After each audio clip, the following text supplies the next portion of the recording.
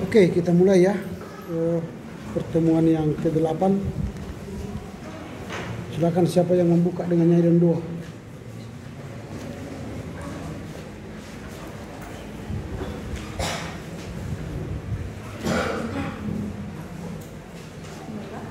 Silakan. Salam teman-teman.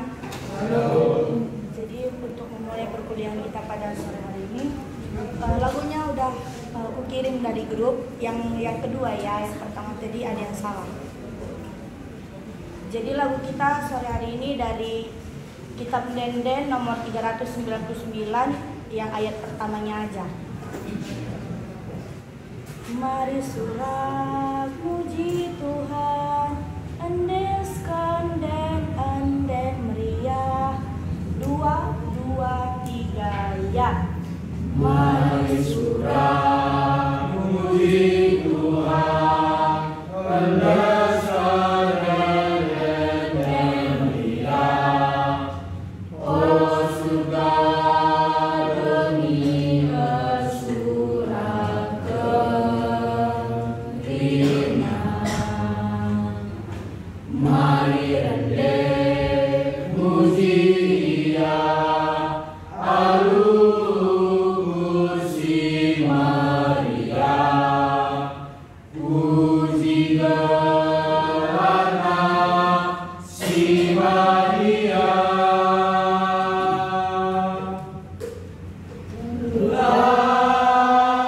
Lagi-lagi pujikan Tuhan, bersinar dapat kegeluhan.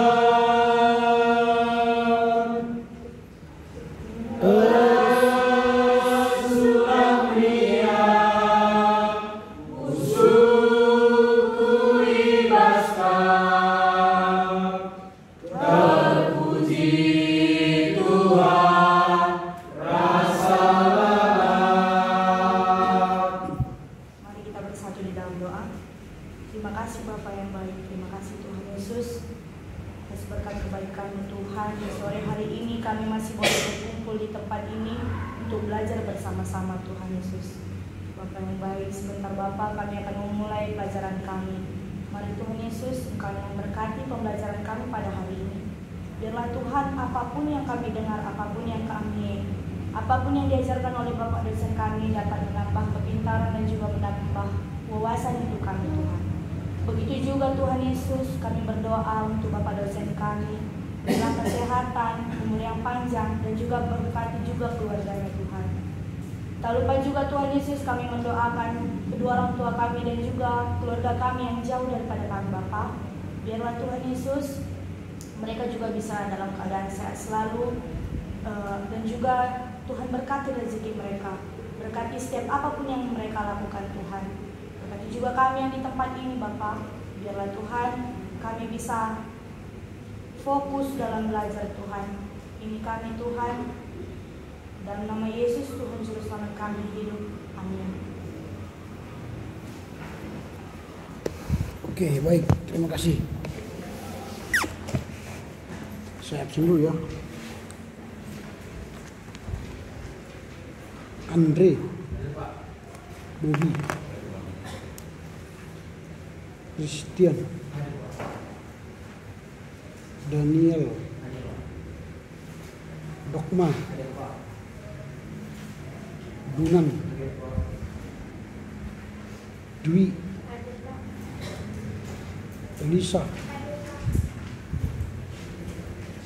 Emilia, Firman, Gilbert, Gilbert,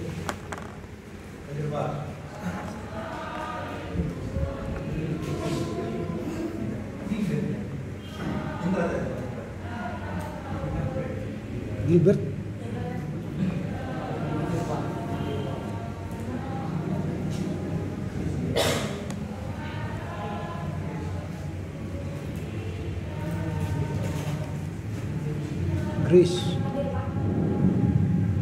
Indra, Joshua, Joy, Julie, Martua,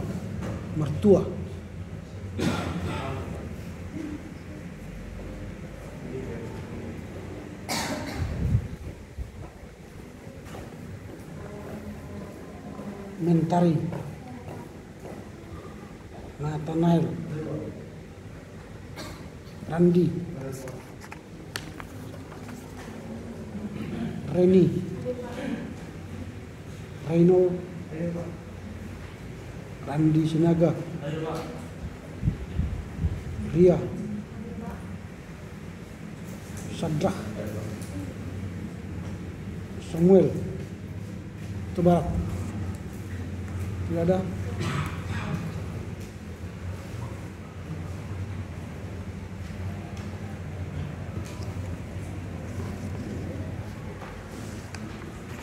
Oke, silakan tanda tangan absen ini.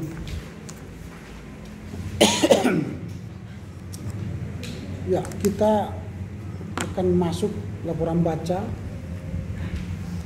Tapi saya tidak tahu siapa yang menyuruh kalian fotokopi ini. Ada dosen kalian yang baru di sini yang menyuruh kalian mengumpul materi ini. Siapa yang menyuruh kalian membuat ini? Yang membaca ini siapa yang menulis ini? Daniel, Andre, siapa yang menyuruh kalian membuat ini? Dokma,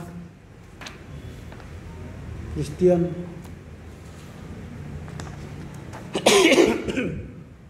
Dunal, siapa yang menyuruh kalian buat ini?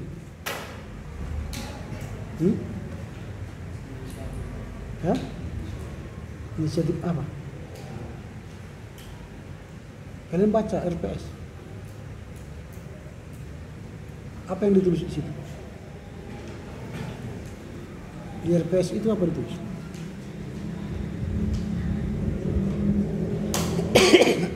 Coba baca dulu. Baca dulu RPS itu lengkap untuk tugas laporan baca. Silakan, siapa yang baca?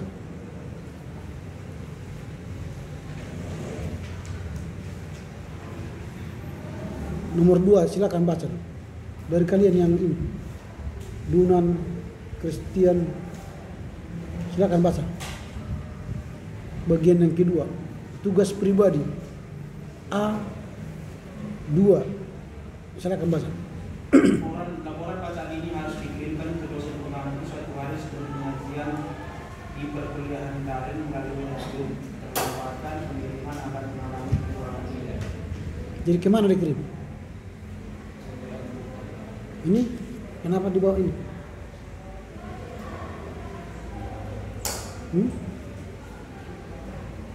Ada yang tidak bisa dibaca itu, mengerti, tidak bisa dimengerti.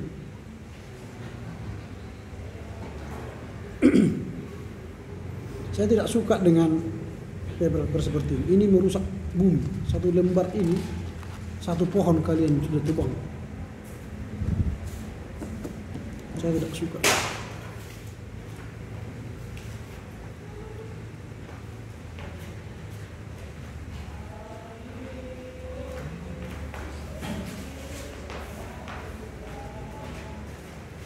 Minggu depan kita UTS. Materinya sudah jelas, itu dari pengantar dan pengenalan filsafat timur, pengantar teori filsafat menuju filsafat Indonesia, modernisme dalam sejarah filsafat Indonesia, kemudian sejarah filsafat India hari ini. Ini materi, silakan dibaca-baca, diulang-ulang supaya saudara bisa mengikuti ujian dengan baik. Nah, hari ini kita masuk pada laporan baca. Nanti setiap yang ditugaskan untuk melaporkan, sampaikan apa yang kau tahu, jangan baca lagi yang kau tulis. Waktunya hanya 5 menit. Dan nanti pas 5 menit habis waktunya, ya saya stop. Atau kalau nanti kalian baca apa yang kau tulis juga saya stop. Apa yang kau tahu sampaikan. Gitu ya. Andre, Christian, Daniel, Dokma, Dunan. Satu lagi siapa? Siapa?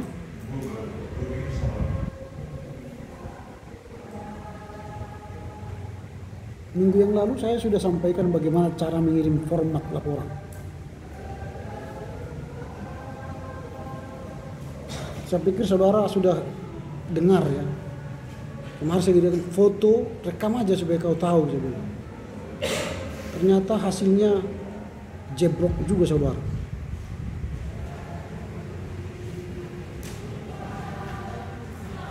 Dari siapa kau dapat ini, format ini? Siapa yang mengajari kau buat format seperti ini, file? Ya? Dari mana kau tahu seperti ini laporannya, cara buat filenya?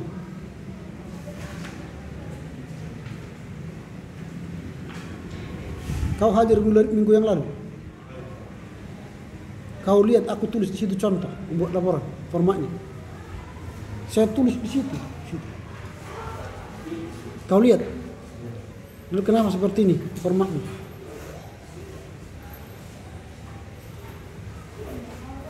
Ya?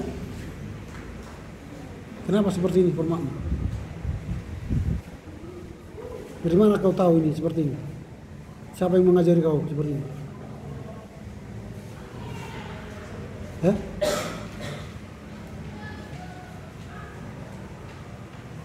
Oh, tak dung kali.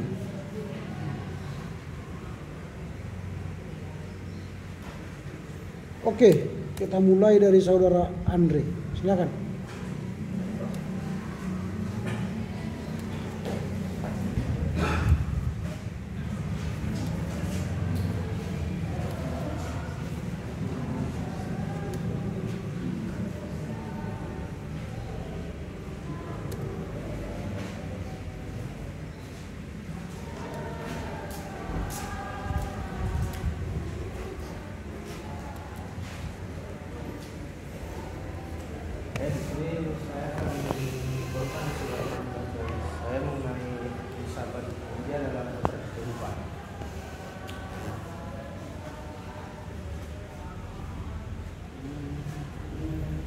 Dia berasal dari dekat timur, dekat selatan. Ya, tahun 2000 sebelum Masehi. Jadi filsafat India sudah mengenal yang namanya kebijaksanaan. Jadi filsafat India adalah kebijaksanaan yang mengatur dalam kesejahteraan hidup kita agar lebih tenang dan damai. Ada perbedaan dalam filsafat Barat dan filsafat Timur, di mana filsafat Barat lebih mengadopsi tentang akal dan rasional dalam satu kebenaran, dan filsafat Timur lebih mengadopsi tentang kepercayaan atas dewa-dewa atau resinya dalam menjalankan kedamaian dan kebaikan. Di filsafat India ada 4 zaman. Yang pertama zaman Veda. Zaman Veda ini merupakan zaman dalam perguruan, dalam perguruan yang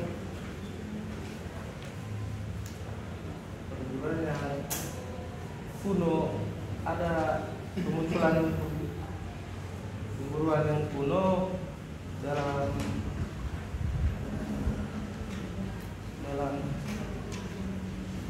ada muncul perguruan kuno yang mengubah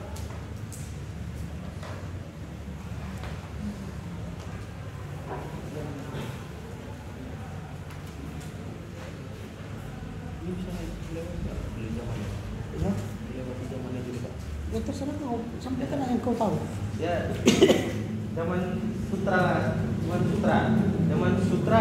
adalah zaman yang menggambar zaman sutra adalah zaman yang terkenal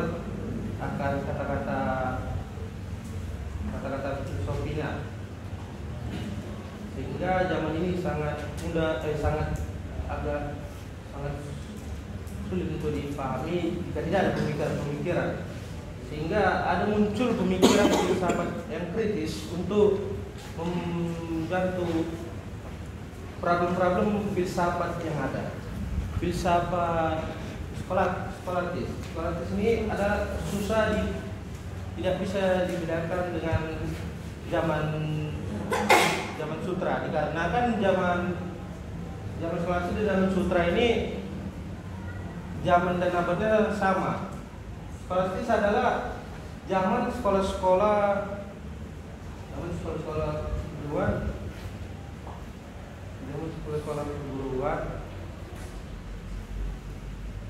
yang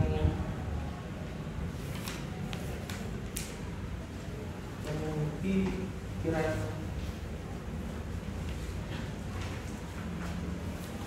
tertentu. Ada juga ajaran-ajaran tentang filsafat India, sama ajaran tertinggi,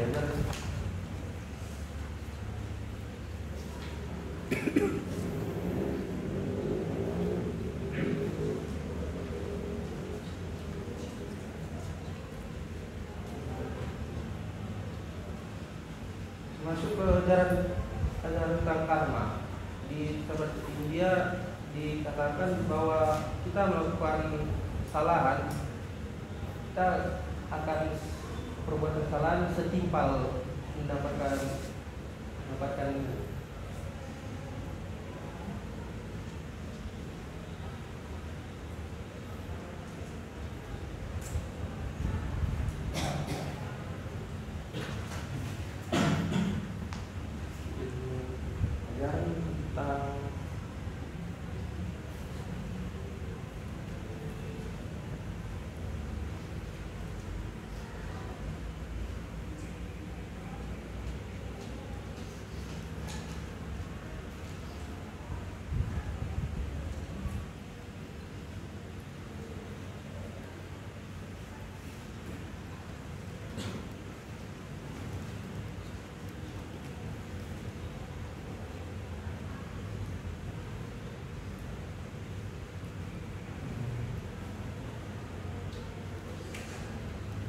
mungkin itu saja yang saya tahu tentang hasil dari laporan kerja saya.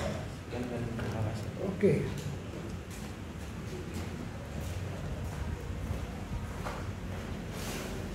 Sekarang kita masuk pada Bobby.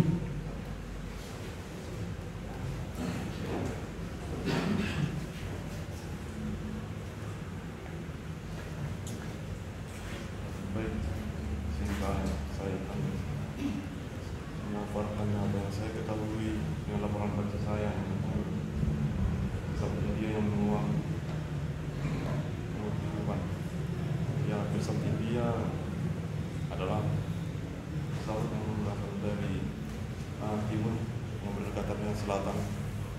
Yang mengapa dikatakan filsafat India ini filsafat itu karena pada tahun 2010 Masehi di sana kita sudah melalui kebijaksanaan. Filsafat India ini juga punya tokoh yaitu Mahatma Gandhi yang sudah dia itu Mahatma Gandhi adalah salah satu tokoh yang di India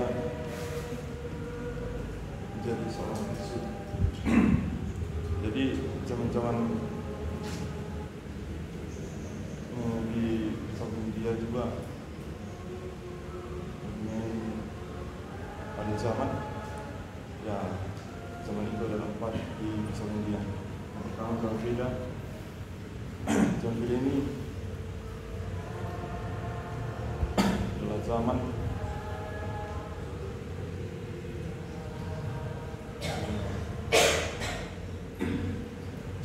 zaman Veda ini terbagi menjadi 2, yaitu zaman Brahmana dan zaman Upanishad. Zaman Brahmana ini adalah zaman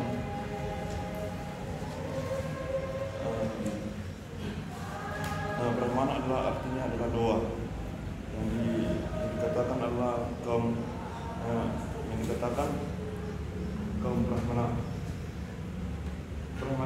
juga terbagi menjadi 4, yaitu kaum Brahmana, Ksatria, Waisya, dan Sudra. Kaum Brahmana ini adalah kaum yang tertinggi dari 4 ini. Jadi kaum Brahmana ini kaum yang dihormati dan dihormati, yang disegani, karena adalah kaum yang sering, yaitu adalah seorang pendeta, kaum ulama, seperti ulama yang pastor. Dengan itulah mereka dihargai. Dengan begitu juga kaum yang Brahmana ini adalah kaum yang berpengalaman yang tinggi. Yang kedua, kaum Waisya, kaum Ksatria. Kaum Ksatria ini adalah kaum seorang, contohnya adalah seorang pejabat yang mempunyai pertanggungjawaban yang sangat ketat, yang akan memajukan masyarakatnya dan umum. Yang ketiga adalah kaum Waisya. Kaum Waisya ini adalah kaum petani ataupun pedagang yang mempunyai penghasilan keseharian adalah keseharian yang sederhana saja. Yang begitu kaum ini tidak akan diinjak-injak kaum yang di atasnya, seperti kaum Ksatria dan Brahmana. Yang keempat adalah kaum Sudra. Kaum Sudra ini adalah kaum yang terendah di antara yang keempat ini. Seringkali juga kaum ini diinjak-injak harga dirinya, karena inilah kaum yang sering bekerja di tempat kerjanya, di rumahnya, kaum yang di atasnya.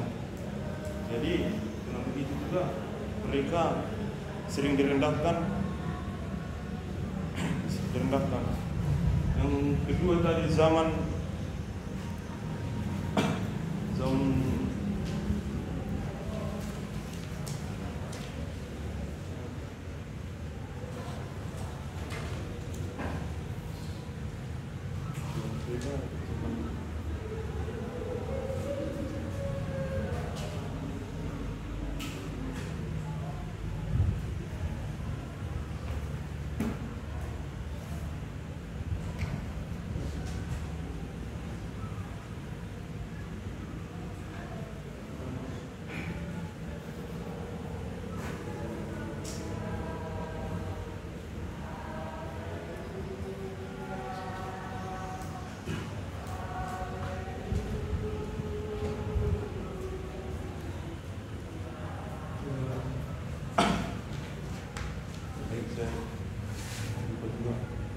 saya ini telah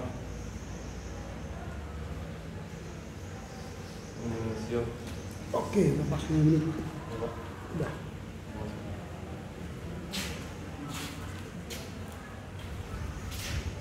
Lanjut dengan saudara Christian.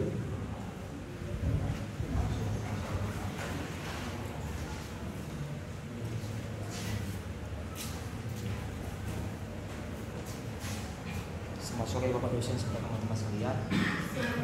Pada pertemuan kali ini kita membahas mengenai sejarah filsafat India dan pengembangannya. Filsafat India berasal dari timur dan selatan. Filsafat India memberikan sebuah paradigma tentang ketuhanan, kemanusiaan, alam dan jiwa.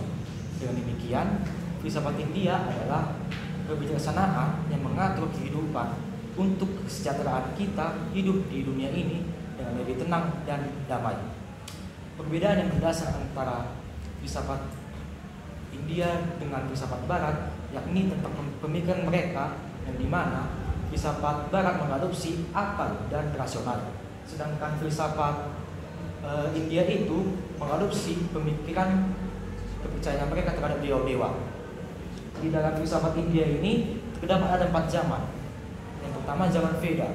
Zaman Veda merupakan sebuah zaman yang dimana para pemuka agama-agama itu timbul. Pada zaman ini manusia masih menyembah terhadap dewa-dewa. Kata dewa itu berasal dari kata div, artinya sinar. Sehingga dewa itu diibaratkan mempunyai sifat terang seperti matahari bulan, bintang, dan lain-lain.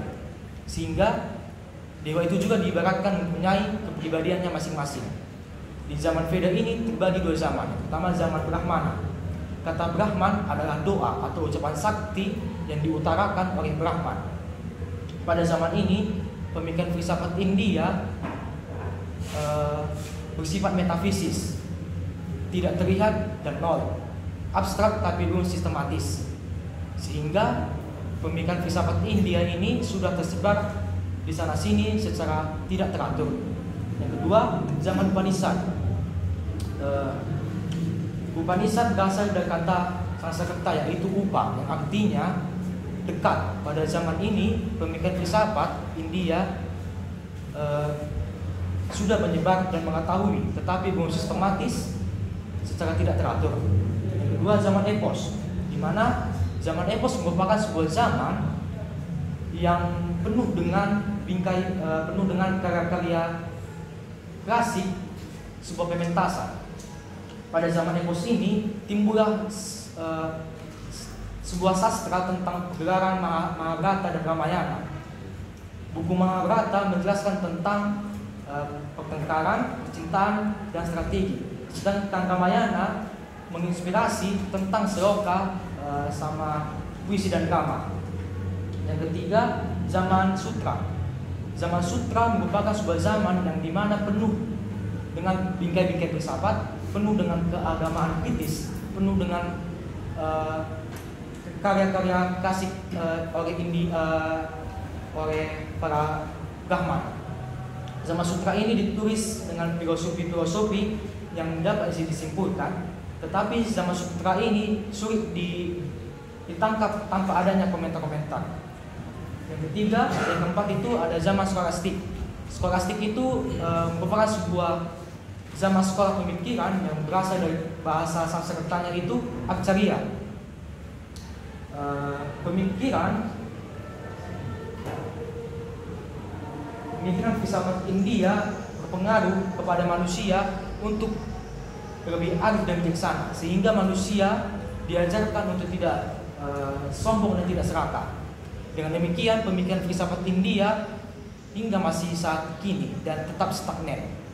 Menurut Dr. Andus Surajio, ada 4 ajaran filsafat India. Yang pertama itu ajaran tentang kenyataan tertinggi. Ajaran tentang kenyataan tertinggi itu bebas dari segala sebutan dan dari segala hubungan.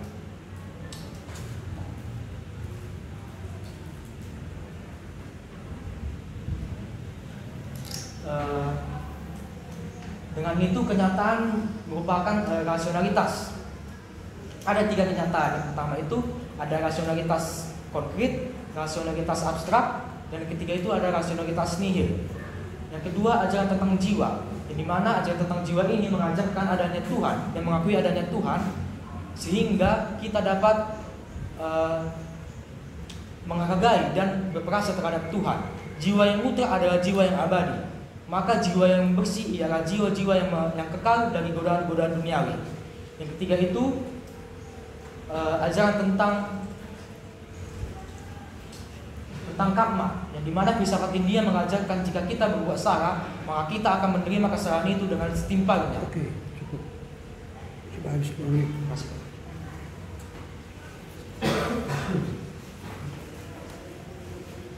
Oke, kita lanjut kepada saudara Daniel Ginting.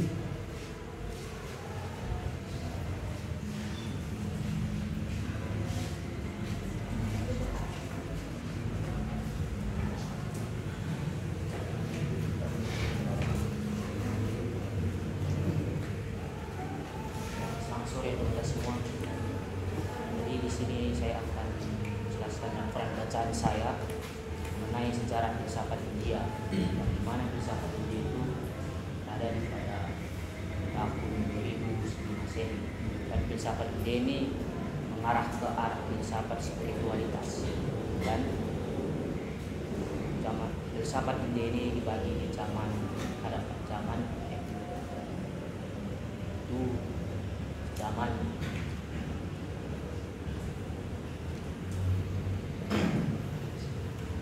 Veda, di mana India ini adalah zaman di mana ada perubahan peradaban, di mana ada datangnya perabatan Arya dan berubah kegiatan di situ. Juga di zaman epos, saat di zaman itu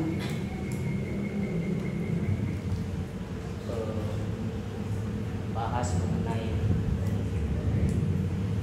disobligasi, mengenai cerita dari sebuah karangan Ramayana dan Mahabharata, di mana pada karangan itu terdapat sebuah pemikiran-pemikiran yang kita dapat juga di zaman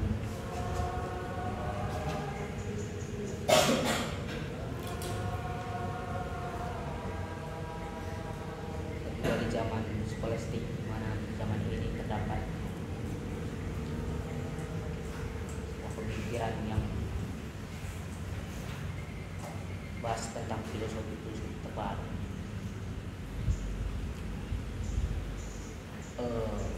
mengenai pengajaran filsafat India ini terdapat 4 juga. Saya ambil adalah mengenai pengajaran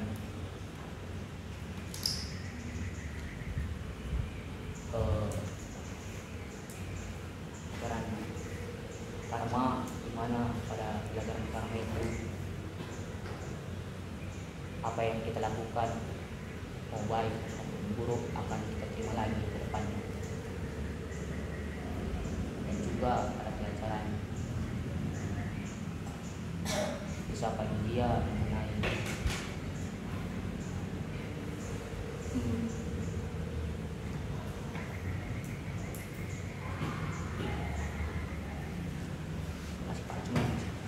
Oke.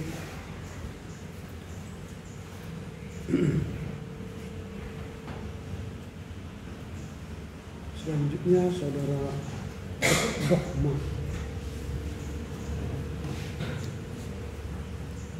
Ya, terima kasih buat waktunya terhadap Pak dosen dan teman saya ingin membahas tentang kelompok kami yang membahas tentang filsafat India membuat potret kehidupan, yang dimana saya pertama menjelaskan tentang sejarah filsafat, di mana sejarah filsafat terdapat dalam pemikiran filsafat tersebut, yang dimana filsafat menekankan tentang kebijaksanaan yang terdapat dalam 3 golongan. Yang pertama yaitu ketuhanan, kemanusiaan, dan jiwa dan alam.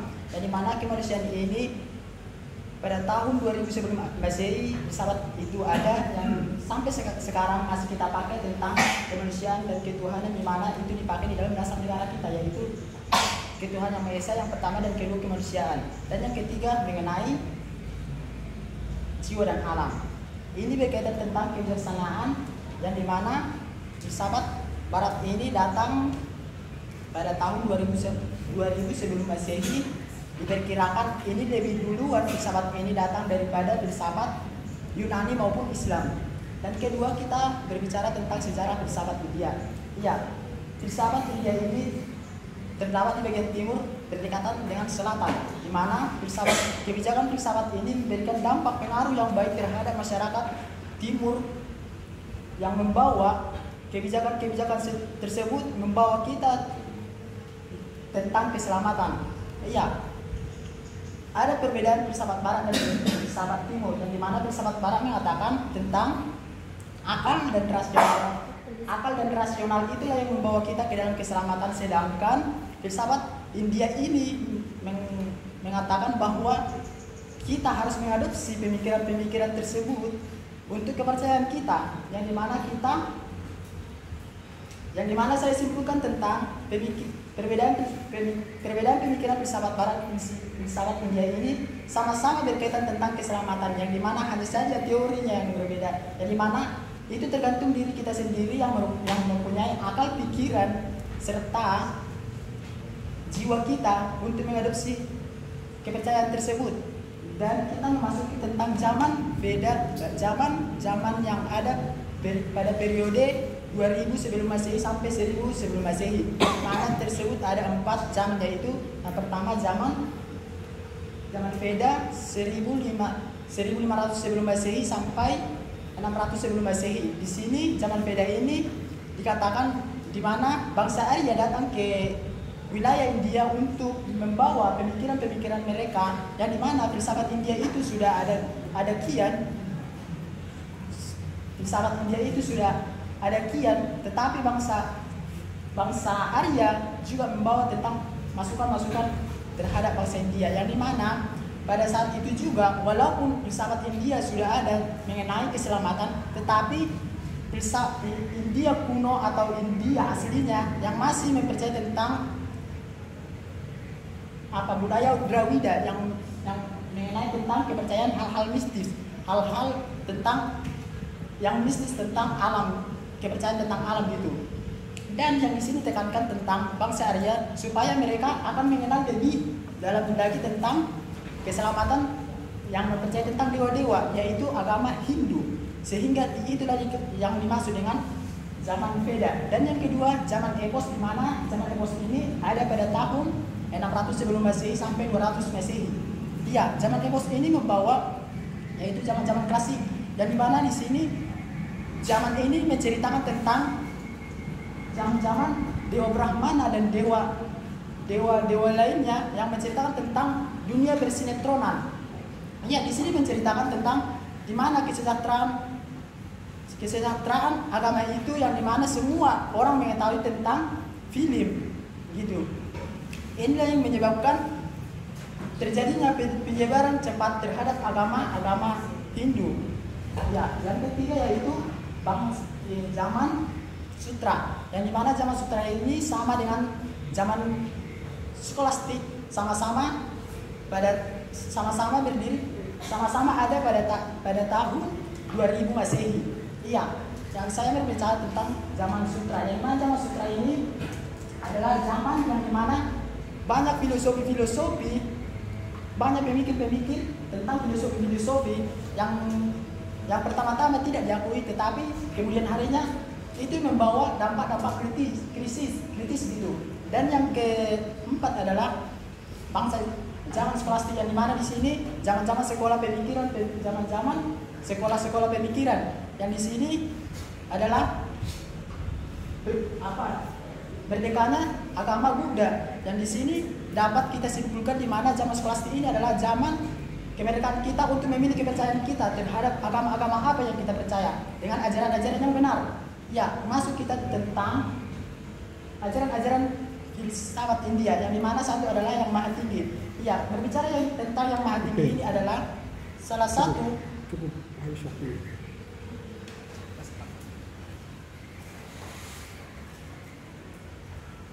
Oke, selanjutnya saudara Duna.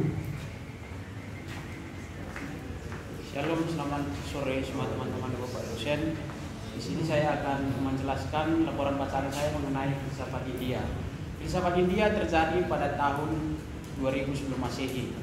Mengapa dikatakan filsafat India? Dikarenakan India pada tahun tersebut sudah mengenal yang namanya kebijaksanaan. Dengan kata lain, filsafat India adalah suatu sikap kebijaksanaan terhadap kehidupan kita untuk dapat memperoleh kehidupan yang baik dan benar. Salah satu tokoh yang sangat terkenal di zaman filsafat India ini adalah seorang Mahatma Gandhi. Dia adalah seorang aktivis kemanusiaan yang sangat terkenal pada zaman itu. Filsafat India dibagi menjadi 4 zaman, yaitu zaman Veda, zaman Epos, zaman Sutra, dan zaman skolastik. Dan filsafat India sangat mempunyai perbedaan yang mendasar dengan filsafat Barat. Filsafat Barat mereka lebih mengadopsi nilai dan moralitas sebagai suatu kebenaran untuk melakukan perubahan terhadap peradaban mereka. Sedangkan filsafat India Timur adalah mereka lebih mengadopsi pemikirannya terhadap kepercayaannya kepada dewa-dewa agar mereka hidup dengan aman dan tentram. Kita masuk ke zaman-zaman filsafat India. Yang pertama adalah zaman Veda. Itu terjadi sekitar tahun 1200 sebelum Masehi sampai 600 sebelum Masehi. Zaman Veda adalah zaman di mana timbulnya pemuka-pemuka agama seperti pastor, pendeta, ulama-ulama. mereka melakukan perubahan yang sangat signifikan, di mana pada zaman ini banyak masyarakat yang masih percaya terhadap hal-hal mistis, hal-hal tahayul. Inilah yang menjadi pokok utama misi mereka di dalam zaman ini. Di dalam zaman Veda terbagi lagi menjadi dua zaman, yaitu zaman Brahma dan zaman Upanishad. Brahma berarti doa yang dipanjatkan oleh Brahma itu sendiri. Brahma juga dibagi menjadi, pada zaman Brahma juga dibagi menjadi beberapa kelompok masyarakat, yaitu kelompok Brahma, Ksatria, Waisya, dan Sudra. Brahma adalah kaum yang tertinggi, kaum yang berpikiran kritis. Ksatria adalah seseorang atau pemimpin yang disebut adalah sebagai pemimpin yang dapat memimpin masyarakat ke arah yang lebih baik lagi. Sudra adalah, Waisya adalah kelompok menengah, itu diisi dengan para petani, pedagang yang memiliki uang yang cukup, penghasilan yang cukup, sehingga mereka tidak bisa ditindas oleh yang di atas. Dan yang ketiga adalah kelompok yang paling bawah. Yang keempat adalah kelompok yang paling bawah, itu adalah kaum Sudra, itu adalah kaum buruh, pekerja. Mereka selalu ditindas oleh kaum yang di atas. Kita masuk ke zaman Upanishad. Upanishad berasal dari bahasa Sanskerta, yaitu Upa, Ni, dan Sat. Upa artinya dekat, Ni artinya di bawah, dan Sat artinya duduk. Upanishad berarti sikap seorang murid yang duduk di hadapan ataupun di depan guru dalam menerima suatu pengajaran yang rahasia. Pada zaman Upanishad ini, mereka hanya mempercayai satu dewa saja, yaitu Dewa Brahma. Pada zaman ini juga banyak sekali karma-karma yang menyebar luas sehingga manusia takut untuk berbuat dosa. Yang kedua adalah zaman Epos. Zaman Epos terjadi pada tahun 600 sampai 200 Masehi. Zaman Epos adalah zaman di mana munculnya karya-karya klasik. Munculnya karya-karya klasik seperti kisah Brahmana dan Ramayana. Yang ketiga adalah zaman Sutra. Zaman Sutra terjadi pada tahun 200 Masehi. Zaman Sutra adalah zaman yang dipenuhi dengan bingkai-bingkai filsafat dengan pemikiran praktis mengenai keagamaan kritis. Pada zaman Sutra ini terdapat pemikiran, terdapat 6 aliran yang disebut Sabdarsana. Yang keempat adalah zaman Skolastik. Zaman Skolastik adalah zaman timbulnya sekolah-sekolah filsafat, sekolah-sekolah pemikiran. Pada zaman ini masyarakat diajarkan untuk lebih maju lagi ke depannya. Di dalam zaman Skolastik ini terdapat sebuah karya yang sangat terkenal yang disebut dengan Vedanta. Vedanta ini adalah sebuah karya klasik yang mengajarkan tentang ajaran keagamaan yang bersumber dari Brahman. Dan di dalam zaman Skolastik ini terdapat dua kelompok manusia ataupun dua kelompok masyarakat, yaitu kelompok Astika ortodoks dan Nastika heterodoks. Astika adalah kelompok manusia yang mengakui keberadaan dari otoritas Veda, sedangkan Nastika heterodoks adalah kelompok yang tidak mengakui keberadaan otoritas Veda.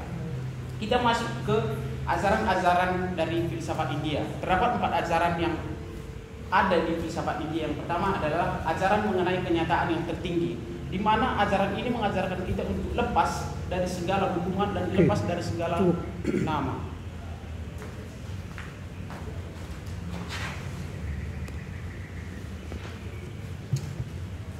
Ya, baik.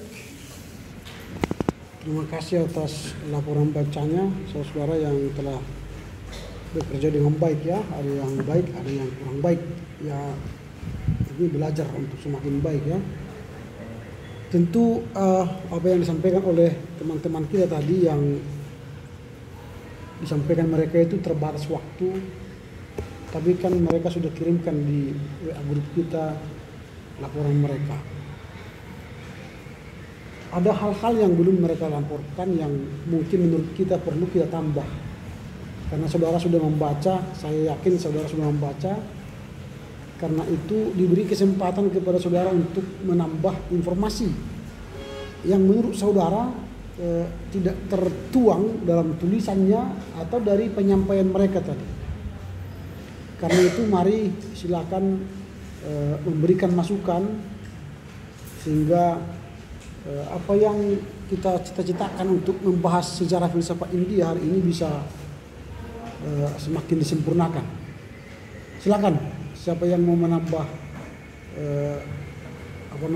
informasi, karena saudara sudah membaca sehingga nanti saudara bisa semakin memberikan masukan, semakin banyak informasi semakin bagus. Silakan kalau ada yang mau menambah.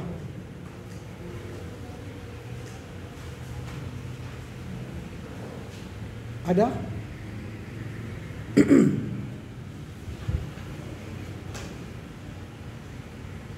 Tidak ada yang mau menambah atau bertanya? Tidak ada juga.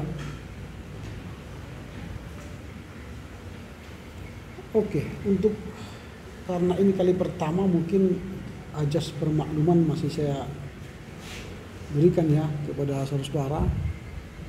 Tapi untuk laporan baca kedua 2 minggu yang akan datang, maka saudara-saudara yang tidak melaporkan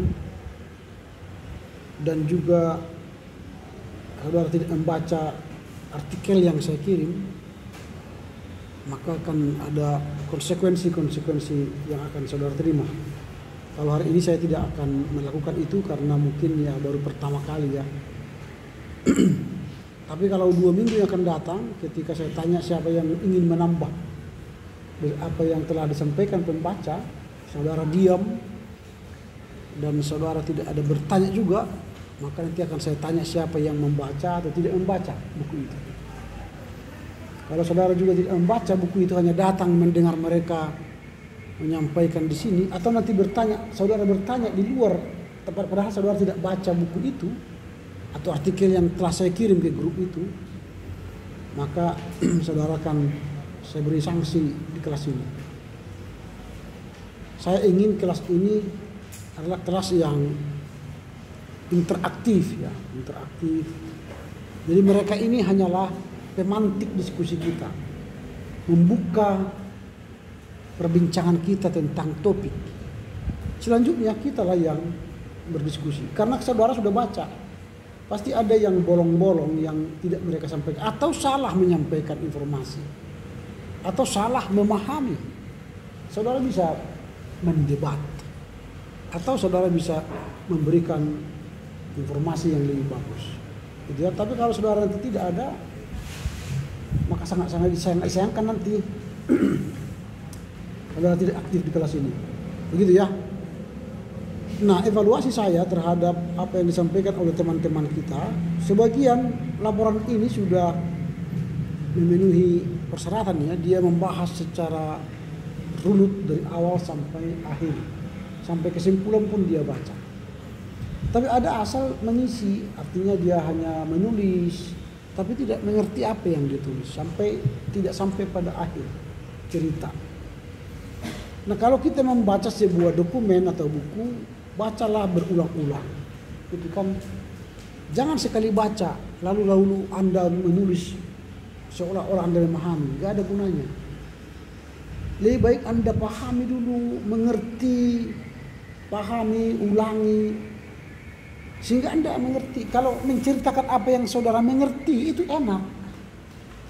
Kayak cerita kita sudah bisa atur sistematikanya, alur ceritanya, dimulai dari sini sampai sini. Kalian tadi dari 5 menit itu tidak ada yang sampai pada akhirnya ceritanya, hanya habis di pendahuluan, habis di zaman-zaman itu, yang 4 zaman itu habis cerita kalian di sana.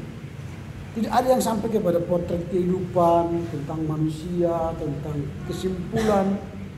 Lalu apa kesimpulanmu? Di rubrik itu, penilaian itu kan ada yang dinilai dari sini. Dari sistematika, pemakaian bahasa yang baku, isi, kesimpulan. Kesimpulanmu apa? Kesimpulanmu tentang filsafat India itu apa? Ada enggak yang terinspirasi kau dengan filsafat India? Atau sama sekali tidak ada? Atau filsafat India ini tidak bagus? Atau bagus? Nah, apa pendapatmu tentang filsafat India? Belum ada tadi sampai di situ. Di dalam papernya pun belum ada kan. Hanya kesimpulan yang ditulis oleh Riki Rahmatullah yang kalian tulis. Itu pun satu orang tadi yang menyampaikan kesimpulan itu. Tapi kesimpulan pribadi kita nggak ada. Lalu cerita yang 5 menit itu pun tidak ada yang sampai akhir. Kalau kalian mengerti cerita yang disampaikan oleh Riki Rahmatullah ini, 5 menit itu sudah terlampau panjang. Kalau kalian mengerti, menceritakannya dari awal sampai akhir. Tapi kalau kalian menjelaskan detail, 1 jaman aja pun kalian pakai 5 menit kurang itu. Kalau jelaskan misalnya Veda, Epos, Sudha, lalu skolastik, itu bisa 1 jam itu menjelaskan itu. Tapi saya tidak mau menginginkan itu. Yang saya inginkan ialah Anda memahami ceritanya dari awal sampai akhir. Itu yang diceritakan di sini. Misalnya filsafat India itu apa? Nah, filsafat India itu kan bermula dari kebijaksanaan yang sudah mereka miliki 2000 tahun sebelum Masehi. Lalu filsafat India itu berfokus pada kebijaksanaan, ketenangan, kedamaian, saling memaafkan, harmonisasi alam dengan manusia. Itulah yang membedakan filsafat India dengan filsafat Barat. Filsafat Barat itu rasional, logis, sehingga mengubah paradigma, mengubah kebudayaan atau mengubah dunia ini. Filsafat Barat itu bisa mengubah dunia peradaban, apalagi dengan kemajuan teknologi. Sementara filsafat Timur, sesuai filsafat India, tidak bisa merubah peradaban. Yang bisa dirubah ialah diri kita, pikiran kita, sikap kita. Itu aja yang bisa diubah. Tidak mengubah dunia ini. Karena mereka selalu mengandalkan filsafat mereka kepada risi. Risi itu dewa. Dan risi itu dalam bahasa Sanskerta itu kan bertapa, orang suci, orang-orang bijaksana. Itu kan dikatakan oleh Rahmatullah itu di pengantarnya, bahwa kita ini atau orang-orang India itu suka dengan kepercayaan terhadap dewa atau risi. Risi itu bermacam-macam di India. Ada risi yang pertama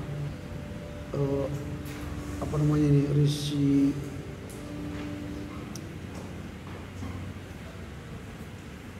mana nih? Narada. Jadi kalau saya katakan tadi mereka percaya kepada dewa itu atau risi ya. Ini artinya bahasa Sanskerta itu petapa,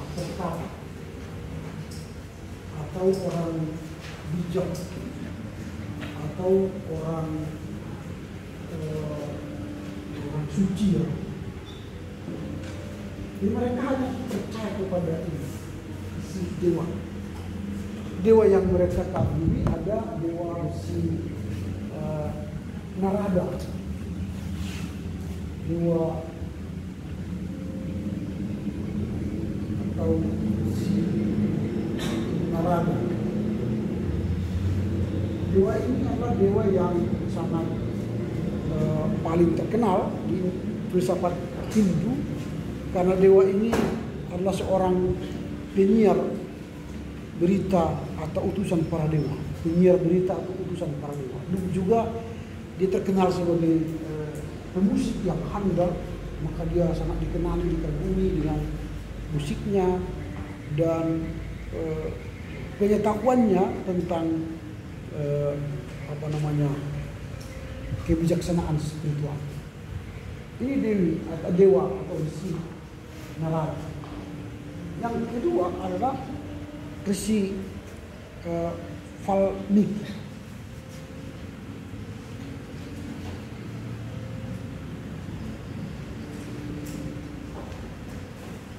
Dewa atau risi Valmiki ini adalah dewa yang menuliskan cerita tentang Ramayana.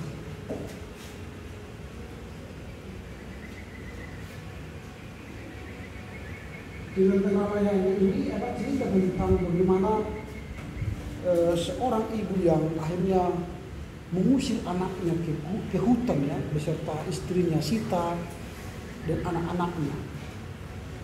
Dan dari cerita Ramayana ini sebenarnya hendak diajarkan bagaimana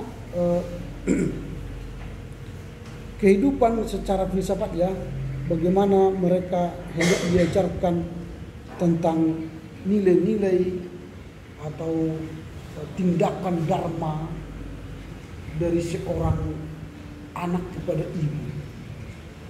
Itu yang hendak dicapai, nilai-nilai atau dharma, tindakan dharma dari seorang anak kepada orang tua,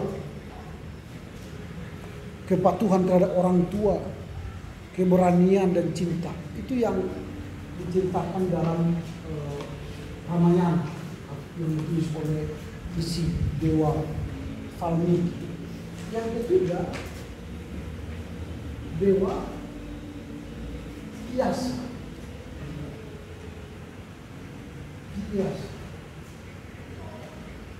Ini yang menulis menciptakan Mahabharata. Nah, kisah Mahabharata itu lebih kompleks lagi dari cerita Ramayana. Kalau kisah atau buku Mahabharata itu bercerita tentang perseteruan ada abang adik antara Pandawa dengan Kurawa. Itu lebih seru lagi ceritanya.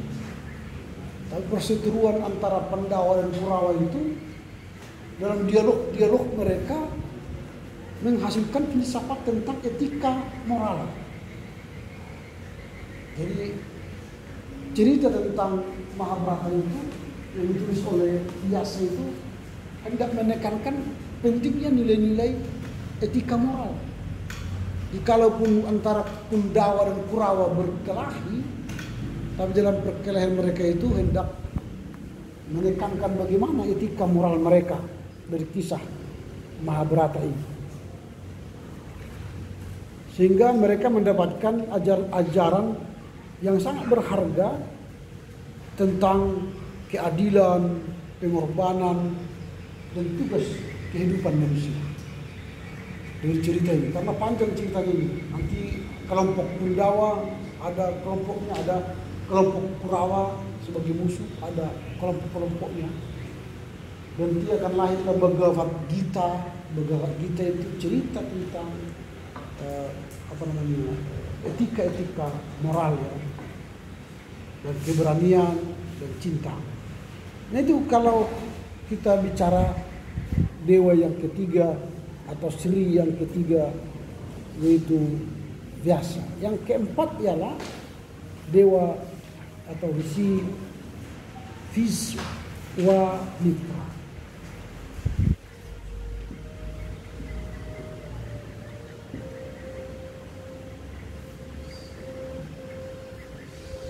Viswamitra. Nah, Viswamitra ini adalah seorang dewa yang dulunya dia raja, lalu dia bertapa. Setelah bertapa dia mendapatkan kekuatan spiritual yang tinggi. Lalu kekuatan spiritual yang tinggi itulah dia bagikan sebagai mantra-mantra atau kekuatan kepada para ksatria dan raja. Jadi ini dewa Viswamitra. Dia raja yang bertapa lalu mendapatkan kekuatan, lalu kekuatan spiritual itulah dipakainya untuk mantra-mantra kepada ksatria dan raja-raja. Itu dewa-dewa Sri yang itu dikatakan oleh Rahmatullah. Filsafat India itu lebih pada kepercayaan pada dewa atau risi.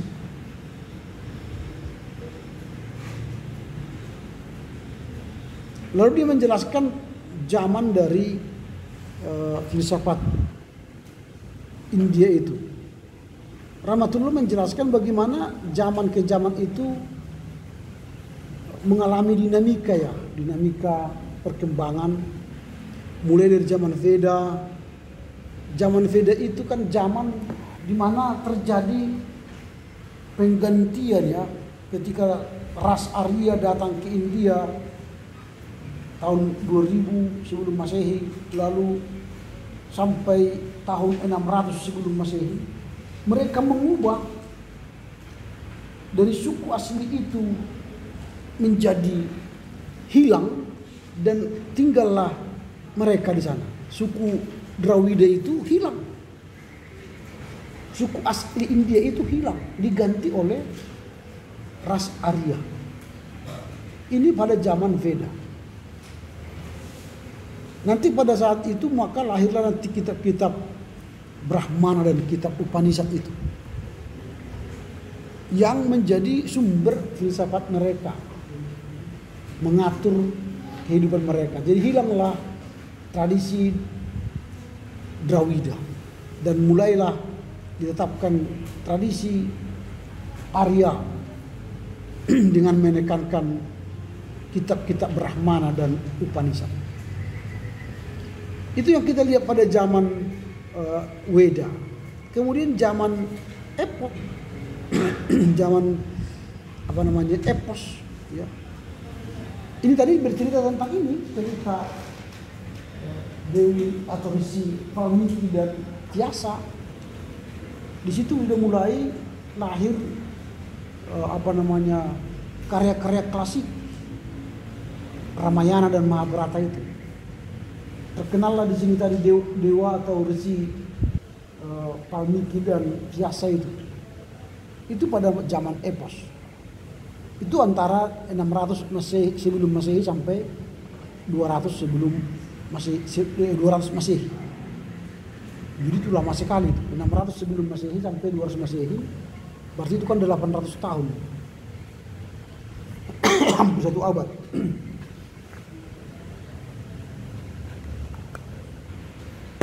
Nah kemudian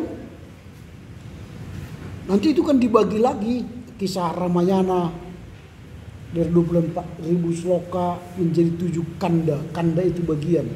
Kemudian kisah Ramayana juga dibagi menjadi ada 18 itu, 18 parwa. Nah setelah itu maka lahirlah zaman sutra. Zaman sutra ini sudah memunculkan filsafat Satdarsana itu. Di sini sudah mulai muncul filsafat yang disebut dengan Satdarsana, yakni Yaya, Nyaya, Vaisesika, Yoga, Purwa, Mimasa, dan Vedanta. Yoga itu terkenal sekali.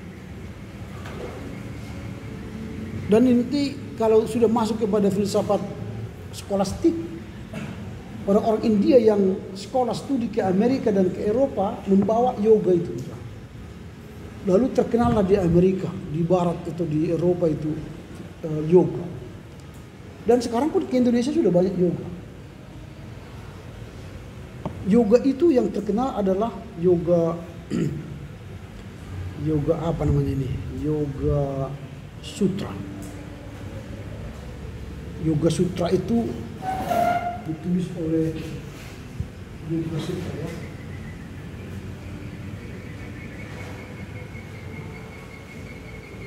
Ditulis oleh Maharishi Patanjali. Maharishi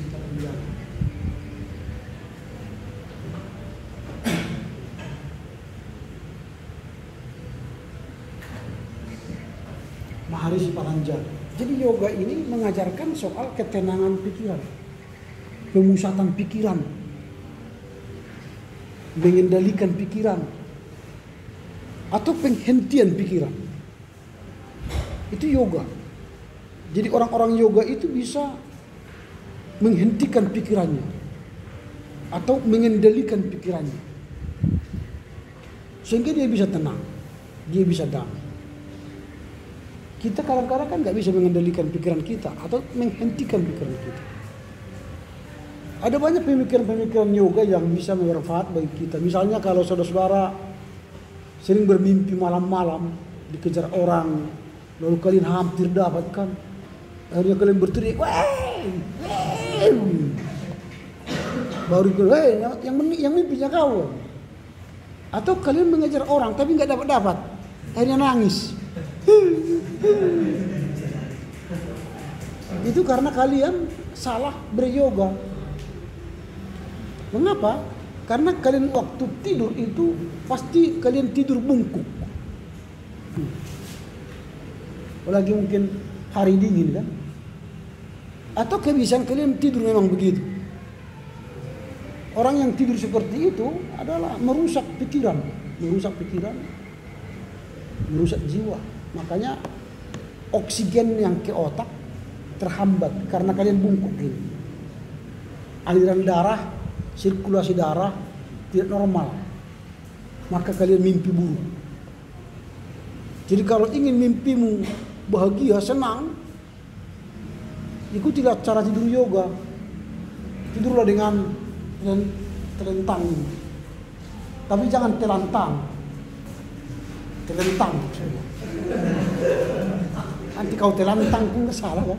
Kalau telantang mati itu, artinya tidur telentang, lurus tangan lurus atau gini, sehingga darah itu mengalir normal, maka nanti mimpimu akan indah, ketemu cewek cantik, laki-laki ganteng, makanya lagi. Jadi kalau kalian lihat nanti orang tidur lurus itu pasti nanti wajahnya, mimpinya pun nanti lihat mukanya kadang-kadang gitu. Senang dia tidur itu. Tidak berteriak itu. Dia tenang. Tapi kalau tidur tadi bungkuk, wah itu sering mimpi buruk. Jadi kalau kalian tidur nanti usahakanlah begini. Lebih baik jangan pakai bantal. Kalau sudah sadar kau tidur bungkuk, ulang lagi tidur lagi. Pas gini, ingat lagi. Nanti terbiasa nanti tidur seperti itu. Kalau saya memang tidur selalu begini. Tidur.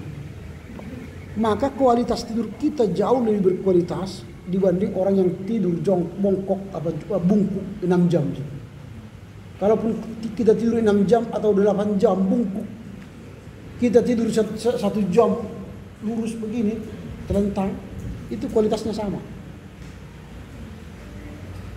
Jadi hati-hati kalian tidur itu. Perhatikan tubuhmu. Supaya sirkulasi itu tadi kan, pikiran kita bagus. Apalagi kalau tidur matikan lampu, maka itu pikiran kita bisa henti, tenang. Tapi kalau tidur pakai lampu, maka pikiran kita tidak henti, mata kita pun tidak berhenti, maka tubuh kita yang berhenti. Tapi pikiran mata kita jalan terus. Makanya banyak orang yang tidak segar tidur malam kalau pakai lampu. Dia tidur 10 jam, hidup lampu, dengan tidur mati lampu setengah satu jam, itu jadi berkualitas. Tapi ya, kalian sepakatilah di kamar nanti ada yang tidak suka mati lampu, ada yang suka mati lampu. Kalau ada orang yang tidak suka mati lampu, ambil aja tutup mata. Kalau di Eropa kan gitu. Karena di Eropa itu tidak ada malam, 3 bulan terus terang matahari. Karena nggak ada malam, maka mereka yang membuat malam dengan menutup matanya. Kalau sudah jam malam, misalnya seperti ini nanti sampai malam, mereka lihat jam 10 malam, matahari kan seperti ini terus. Udah jam 10 malam, mereka ambil tutup mata, tidur mereka. Lalu mereka buat beker jam 5 besok, bangun mereka. Bangun pun sama aja terang terus, 3 bulan. Atau 3 bulan gelap terus, nggak ada matahari. Itu paling parah kan. Syukurlah kalian di Indonesia ini bisa ganti-ganti malam siang malam itu tidak ada pengaruh. Kalau di sana kan 3 bulan terang, terus 3 bulan gelap, 3 bulan dingin, 3 bulan panas. Kalau dingin itulah mereka datang ke Indonesia atau ke negara lain. Di sinilah mereka main-main 3 bulan, menikmati hidup. Kalau sudah musim panas, mereka juga pergi ke sana, ke daerah dingin kan. Itu Jadi mereka bisa seperti itu. Kita enggak, karena musim kita bagus, hanya 2 kan. Jadi kita bisa istirahat, siang kerja, malam istirahat.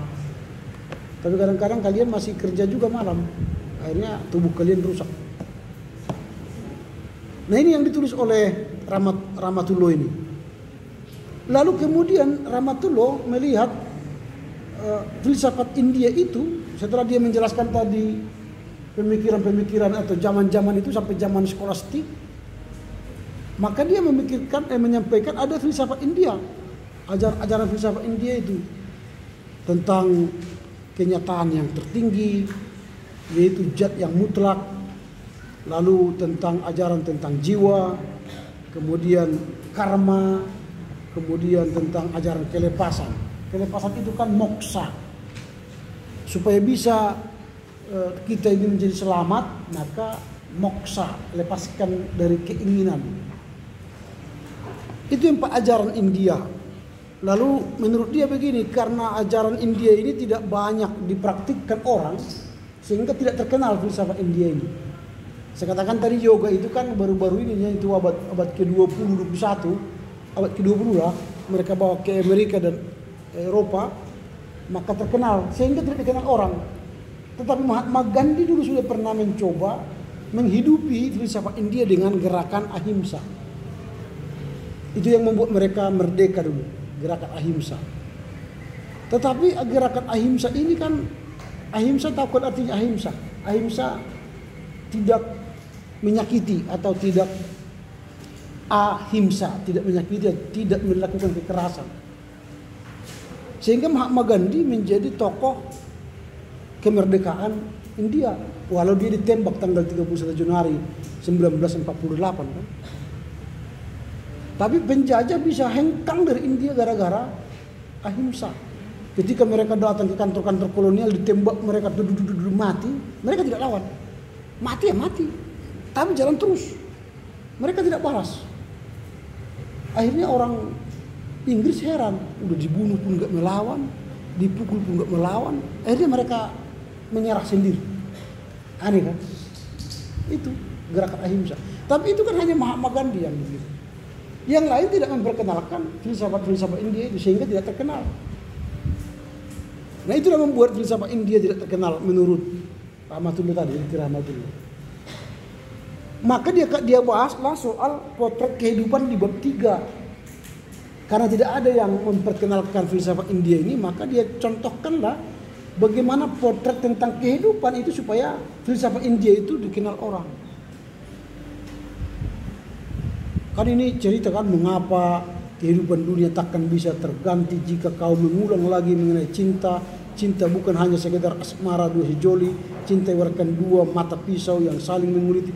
Ini kan cerita-cerita tentang kehidupan dari filsafat India itu. Ini panjang sekali nih, ditulis oleh Rahmatullah. Nah akhirnya baru di bab 4 dia cerita tentang manusia. Yang menyelamatkan manusia itu dia dirinya. Semakin dia meningkatkan kemampuannya meninggalkan kedagingan, maka dia meningkat derajatnya. Kalau bisa dia mengalahkan kedagingan, mengalahkan keinginan hawa nafsunya, nanti dia pada karmanya dia meningkat menjadi malaikat atau menjadi dewa. Tapi kalau dia ingin meneruskan keinginan dagingnya, hawa nafsunya, nanti dia bisa di karma berikutnya terlahir atau samsara itu menjadi binatang. Sama seperti tadi kisah Ramayana itu ya. Ketika dia di hutan kan ada binatang yang mengabdi kepadanya, yaitu Hanuman dan monyet. Jadi kalau cerita Ramayana kan cerita tentang kesetiaan. Bagaimana binatang Hanuman dan monyet itu setia kepadanya. Jadi binatang yang setia kepada baktinya, artinya dia menjadi binatang yang baik atau menjadi kerasakti misalnya, nanti dia terlahir bisa jadi manusia lagi, berubah jadi manusia lahir di karma berikutnya. Lalu dia menjadi manusia yang baik, mengikuti ajaran Hindu atau mengikuti ajaran Buddha, maka dia nanti terlahir menjadi malaikat. Malaikat terlahir lagi menjadi dewa. Bisa seperti ini kan, dewa-dewa Narada, Valmiki, Dayasa, Mitra, bisa. Dan itulah memang mereka harapan mereka seperti itu. Nah makanya juru selamat mereka bukan Tuhan tapi dirinya. Makanya bagi mereka tidak perlu Tuhan sebenarnya. Yang bagi mereka penting ialah dirinya yang menyelamatkan dirinya. Supaya dirinya selamat dan orang lain selamat, maka dia menyelamatkan dirinya. Maka di sini oleh Rahmatullah menjelaskan ada aliran tentang manusia itu. Ada aliran manusia yang materialistis, ada manusia yang supranaturalis, ada campuran. Dia ingin supranatural atau orang yang memiliki spiritual yang bagus, tapi juga ingin harta dunia. Sama seperti sekarang kan, ingin pendeta, tapi kaya juga ingin. Kalau ingin pendeta kaya, sebenarnya salah kaprah dia masuk ke pendeta. Masuk aja ke pengusaha kan, kalau mau ingin kaya. Kalau pendeta kaya itu pengusaha aja. Tapi sekarang banyak pendeta kaya kan, konglomerat lagi. Walau jemaatnya konglomerat, tapi dia memang konglomerat. Ya karena itu tadi, dia ingin duniawi, tapi juga sekaligus surgawi. Wah enak sekali memang. Dia nikmati semuanya kan. Nikmat dunia dan nikmat surgawi. Wah keren. Kalau orang Hindu tidak mau. Mereka lebih memilih moksa tadi. Menyangkal keinginan daging, hawa nafsu. Makanya biksu-biksu itu kan banyak bertapa dia. Kalau kalian pergi ke India tidak ada makanan yang enak. Semua vegetarian. Daging tidak ada yang bisa dimakan. Daging lembu nggak dimakan. Daging babi apa lagi? Daging-dagingan lah. Yang mereka makan kan biji-bijian. Kacang, tomat, apa lagi? Kentang. Itu yang mereka makan dengan karinya itu kan. Makannya gitu. Lalu kalau makan nasi, mereka nasi itu yang setengah matang. Kalau di kita kan yang setengah matang itu sakit perut itu kalau kita makan. Kalau mereka sakit, ya itulah makanan yang terenak bagi mereka. Setengah matang itu. Kalau di sini itu sama seperti makanan orang pak-pak, deri, setengah matang. Apa namanya itu di pak-pak? Peleng. Nah, waktu itu saya kami waktu dosen-dosen pergi ke Aceh itu, dikasihlah makanan itu. Ini makanan khas pak-pak katanya kan. Aku semangat lah makan. Wah, sendok, cok,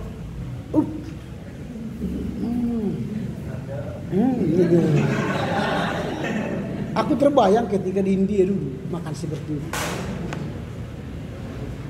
Itu namanya kalau di kita kan malalametak gitu kan. Apa namanya? Apa bahasa Indonesia? Ya kurang matang gitu. Tapi itulah makanan asli. Orang India begitu. Sama karinya juga sama. Saya lihat dengan peleng tadi. Cuma bedanya kalau di sini kan peleng itu kayak pulut ya, ada pulutnya ya. Campur pulut. Enggak. Beras biasa. Tapi kok gak ada lengkek-lengkeknya itu. Kenapa itu? Gitu ya. Oh gitu. Jadi itu kayak itulah makanan India. Jadi begitulah karinya itu, kari kencang.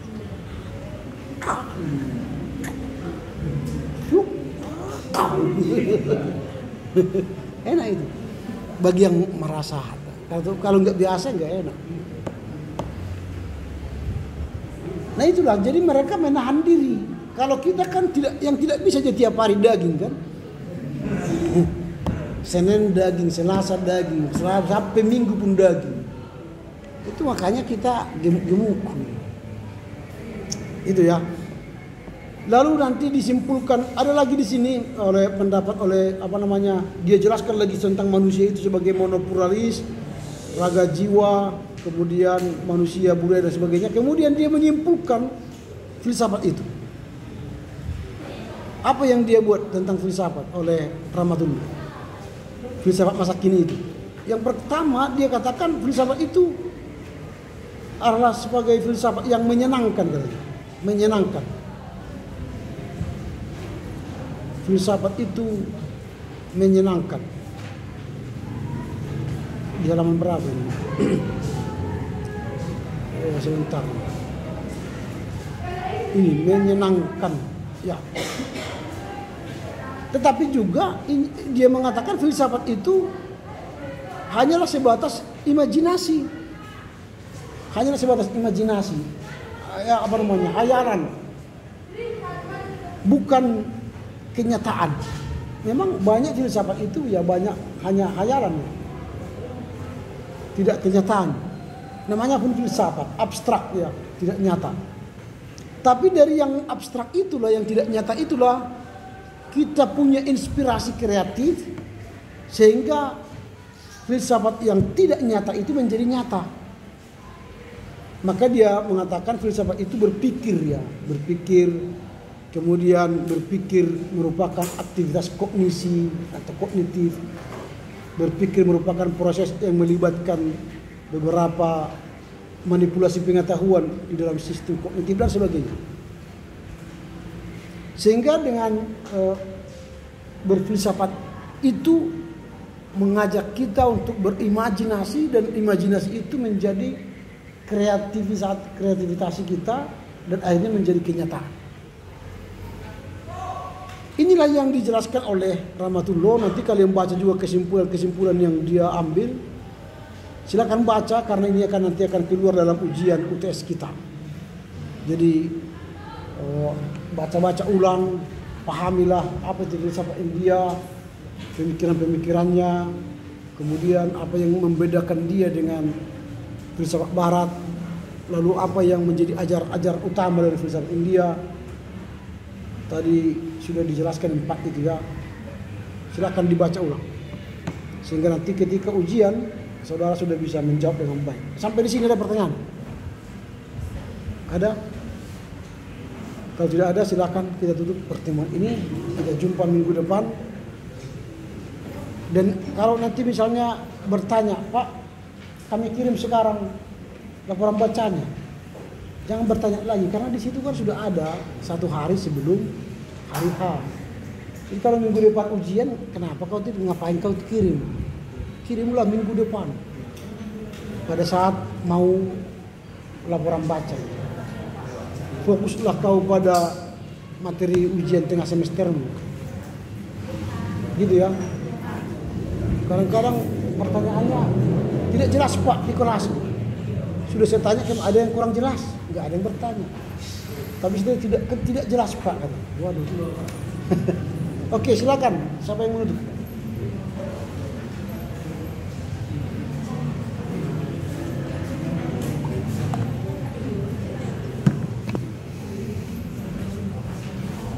Baiklah Bapak dosen dan teman-teman sekalian, sebelum kita kembali ke tempat kita masing-masing, mari kita bernyanyi terlebih dahulu. Lagunya sudah saya kirimkan ke guru. Dari buku ini nomor 122 ayat 1. Ida ina dengani 1, 2, 3 ya. Ida ina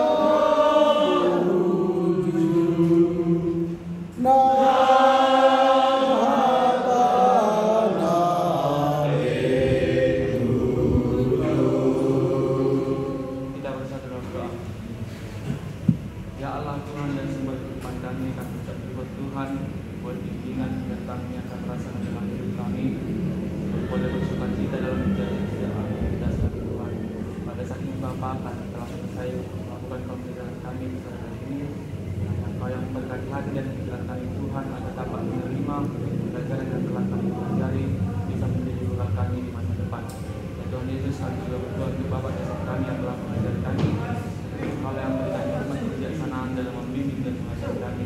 Kami juga berdoa untuk orang tua kami Tuhan dimanapun mereka berada, dan Kau yang memberikan kesehatan, panjang umur dan murah rezeki agar dapat menyekolahkan kami anak-anaknya di jenjang yang lebih baik lagi. Tuhan Yesus, di atas segala permohonan kami adalah manusia yang tidak luput dari dosa. Ampunkan segala kesalahan dan dosa kami Tuhan agar kami layak di hadapan-Mu. Dalam Kristus Yesus kami berdoa dan mengucap syukur. Amin. Amin. Oke, selamat sore ya.